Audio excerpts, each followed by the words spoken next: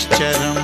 नीलाञ्जनसमाभासं रविपुत्रं यमाग्रजं छायामार्तण्डसम्भुतं तं नमामि शनैश्चरम्।